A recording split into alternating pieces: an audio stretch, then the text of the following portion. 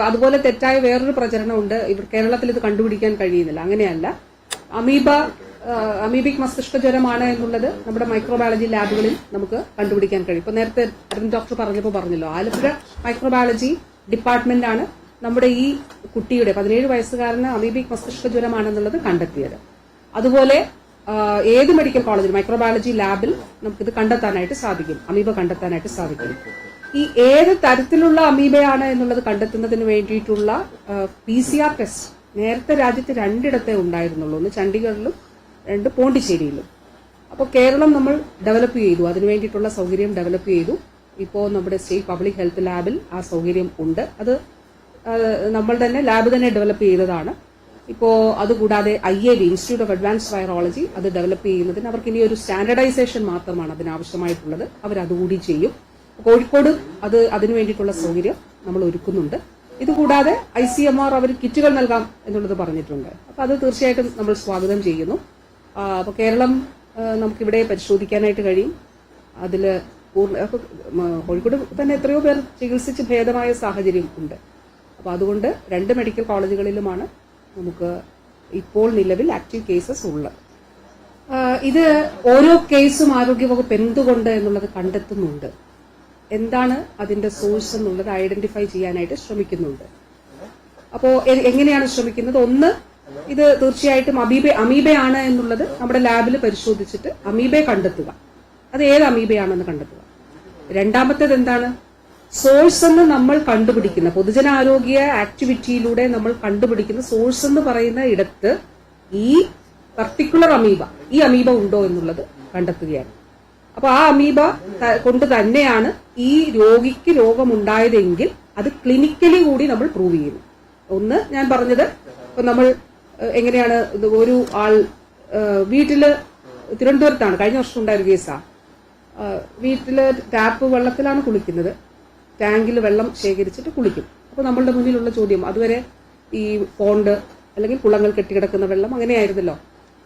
എന്നെ സംബന്ധിച്ചാണ് ഞാൻ പറഞ്ഞത്. അപ്പൊ ഞാൻ ചോദിച്ച ചോദ്യം, എന്തുകൊണ്ട് അവിടെ വീട്ടിൽ കുളിച്ചൊരു വ്യക്തിക്ക് വന്നു? അപ്പൊ അതിൽ പരിശോധിച്ചപ്പോൾ ആ ടാങ്ക് വൃത്തിയാക്കിയിട്ട് 2 വർഷമായി എന്നുള്ളത് പറഞ്ഞു. അപ്പൊ മലിനമായിട്ടുള്ള അവിടെ ഒരു പൊല്യൂട്ടഡ് ആയിട്ടുള്ളൊരു സാഹചര്യം ഉണ്ട് എന്നുള്ളത് നമ്മൾ കണ്ടുപിടിച്ചു. എന്നിട്ട് ആ ടാങ്കിൽ, അപ്പൊ അത് നമ്മുടെ അസംഷനാണ്, ആദ്യത്തെ അസംഷൻ അവിടെ ഈ മലിനമായിട്ടുള്ള ടാങ്ക് ഉണ്ട്. ഇത് ആണോ എങ്ങനെയാണ് പ്രൂവ് ചെയ്യുക? ആ ടാങ്കിലെ വെള്ളത്തിനകത്ത് ഈ അമീബ, നെഗ്ലേറിയ ആണെങ്കിൽ നെഗ്ലേറിയ, അക്കാന്തമീബ ആണെങ്കിൽ അക്കാന്തമീബ, ഈ അമീബ ഈ വെള്ളത്തിലുണ്ടോ എന്നുള്ളത് കണ്ടെത്തിയാൽ ഈ വെള്ളം കൊണ്ടാണ് ഈ രോഗിക്ക്, ആ വെള്ളത്തിലെ അമീബ കൊണ്ടാണ് ഈ രോഗിക്ക് രോഗമുണ്ടായത് എന്ന് കണ്ടെത്തുകയാണ്. അതാണ് ഞാൻ പറഞ്ഞ PCR ടെസ്റ്റിന്റെ പ്രസക്തി അവിടെയാണ്. ഇപ്പൊ കേരളത്തിലെ മൈക്രോബയോളജി ലാബുകളിൽ അമീബ കണ്ടെത്തി അമീബിക് മസ്തിഷ്ക ജ്വരമാണെന്ന് കണ്ടെത്തുന്നതിന് നമുക്ക് കഴിയും. അപ്പൊ തന്നെ ട്രീറ്റ്മെന്റ് ആരംഭിക്കുകയാണ്.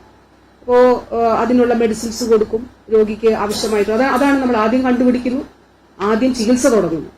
ബാക്കിയുള്ളതൊക്കെ ഈ ചോദ്യത്തിന് വേണ്ടിയിട്ടുള്ള നമ്മുടെ ഉത്തരം കണ്ടെത്തലാണ്.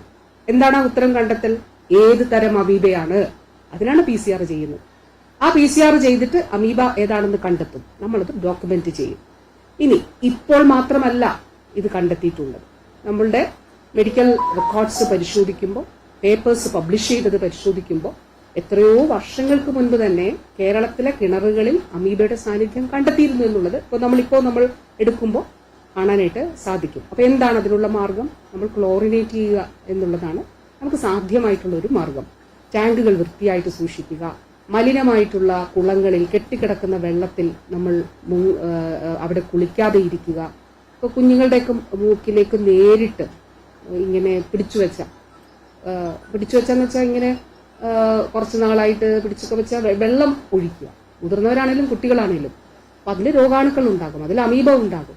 കുഞ്ഞിന് അല്ലെങ്കിൽ മുതിർന്നവർക്ക് രോഗമുണ്ടാകുന്ന ഒരു സാഹചര്യം ഉണ്ടാകും. അപ്പൊ ഇതെല്ലാം ഇതിന് കാരണങ്ങളാണ്. ഓരോ കേസും ഇതുമായി ബന്ധപ്പെട്ട് എന്തുകൊണ്ട് എന്നുള്ളത്, എന്താണ് സോഴ്സ് എന്നുള്ളത് നമ്മൾ കണ്ടെത്തുന്നുണ്ട്. അതിന്റെ അടിസ്ഥാനത്തിലുള്ള നടപടികൾ പൊതുജനാരോഗ്യ ആക്ടിവിറ്റി എടുക്കുന്നുണ്ട്, സ്വീകരിക്കുന്നുണ്ട്. അതുകൂടാതെ ഇപ്പോൾ ഒരു കേസ് ഉണ്ടായാൽ ആ കേസുമായി ബന്ധപ്പെട്ട് ആ വീട് പരിസരം അല്ലെ ആ ഒരു പൊതുക്കിണറാണ്, പൊതുക്കിണറുമായി ബന്ധപ്പെട്ടിട്ട് ഉള്ള അവിടെ ശുചീകരിക്കുക, ക്ലോറിനേറ്റ് ഇതെല്ലാം ചെയ്യുന്നുണ്ട്. ഇത് കൂടാതെ കേരളം ഒരു അടുത്ത പടിയിലേക്ക് വന്നിരിക്കുകയാണ്. ആ അടുത്തൊരു സ്റ്റെപ്പ് നമ്മൾ എടുത്ത എന്താണ്? കേരളത്തിലെ എല്ലാ കിണറുകളിലും, ഇത്ര കിണറുകളുണ്ട്, അതിന് തദ്ദേശ സ്ഥാപനങ്ങളുടെ നേതൃത്വത്തിൽ ഹരിത കേരള മിഷന്റെ ഭാഗമായി ജലമാണ് ജീവൻ എന്നുള്ളൊരു ക്യാമ്പയിനിലൂടെ നമുക്ക് അതിനൊരു ക്ലോറിനേഷൻ നടത്തുക. അത് ഒരു ദിവസവും 2 ദിവസവും അല്ല, ഒരു ദിവസവും 2 ദിവസവും 30, 31 നമ്മൾ തീവ്രമായിട്ട് ക്യാമ്പയിൻ നടത്തി അതിന് തുടർച്ചയുണ്ടാകണം, അത് തുടർന്ന് തന്നെ പോകണം. പിന്നെ നമ്മളിത് സംസാരിക്കുകയാണ്. രണ്ടാമത്തെ ഏറ്റവും പ്രധാനപ്പെട്ട ഒരു കാര്യം പറയട്ടെ, നമ്മളിത് കണ്ടുപിടിക്കാതിരുന്നാൽ എന്താണ്? ഇപ്പൊ പലയിടത്തും നിങ്ങൾക്ക് തന്നെ പരിശോധിച്ചാൽ അറിയാം, പേപ്പറുകൾ പബ്ലിഷ് ചെയ്തിട്ടുണ്ട്. അതാണ് ഞാൻ പറഞ്ഞത്.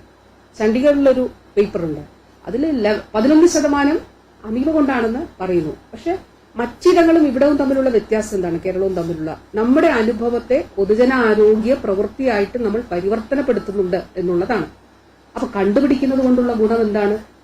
ഇത് ഒരു മസ്തിഷ്ക ജ്വരത്തിലൂടെ രോഗി മരിച്ചു പോകാവുന്ന ഇടത്ത് ഇത് അമീബ മൂലമാണെന്ന് കണ്ടെത്തി അതിനു വേണ്ടിയിട്ടുള്ള ചികിത്സ നൽകി ആ വ്യക്തിയെ, അത് കുട്ടിയാണെങ്കിലും മുതിർന്ന വ്യക്തിയാണെങ്കിലും, ജീവിതത്തിലേക്ക് തിരിച്ചു കൊണ്ടുവരാൻ കഴിയുന്നു എന്നുള്ള ഇടത്താണ് കേരളത്തിന്റെ ഈ പ്രവർത്തനത്തിന്റെ മെച്ചം നമ്മൾ കാണേണ്ടത്. മറ്റ് ഇടങ്ങളിൽ മസ്തിഷ്ക ജ്വരം ഉണ്ട്, അത് റിപ്പോർട്ട് അത് കണ്ടെത്തുന്നില്ല, പലയിടത്തും രോഗി മരിച്ചു പോകുന്ന സാഹചര്യം. ഒരു ഉദാഹരണം കൂടി പറയട്ടെ.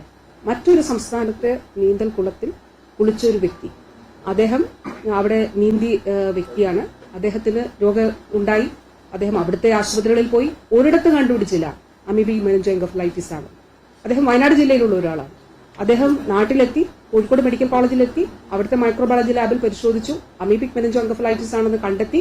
ഇപ്പോൾ അദ്ദേഹം അവിടെ ചികിത്സയിലാണ്, സ്റ്റേബിളാണ് എന്നുള്ളതാണ് ലഭ്യമായിട്ടുള്ള വിവരം. അപ്പൊ ഇതാണ് ആ വ്യത്യാസം. അല്ലെങ്കിൽ ഈ രോഗമാണെന്ന് കണ്ടെത്താതെ ഒരു പക്ഷേ ഇങ്ങനെ നമ്മൾ ഈ അമീബിക് മെനിഞ്ചോഎൻകഫലൈറ്റിസ് ഉള്ളവർ മരണപ്പെട്ടു പോകുന്ന ഒരു സാഹചര്യത്തിൽ നിന്ന് രോഗം കണ്ടെത്തി ചികിത്സ ഉറപ്പാക്കി അവരെ ജീവിതത്തിലേക്ക് തിരിച്ചു കൊണ്ടുവരുന്നു എന്നുള്ളതാണ്. അത് തീർച്ചയായിട്ടും ഇനിയും നമ്മൾ കൂടുതൽ മെച്ചമായി ചെയ്യാൻ തന്നെ ശ്രമിക്കും.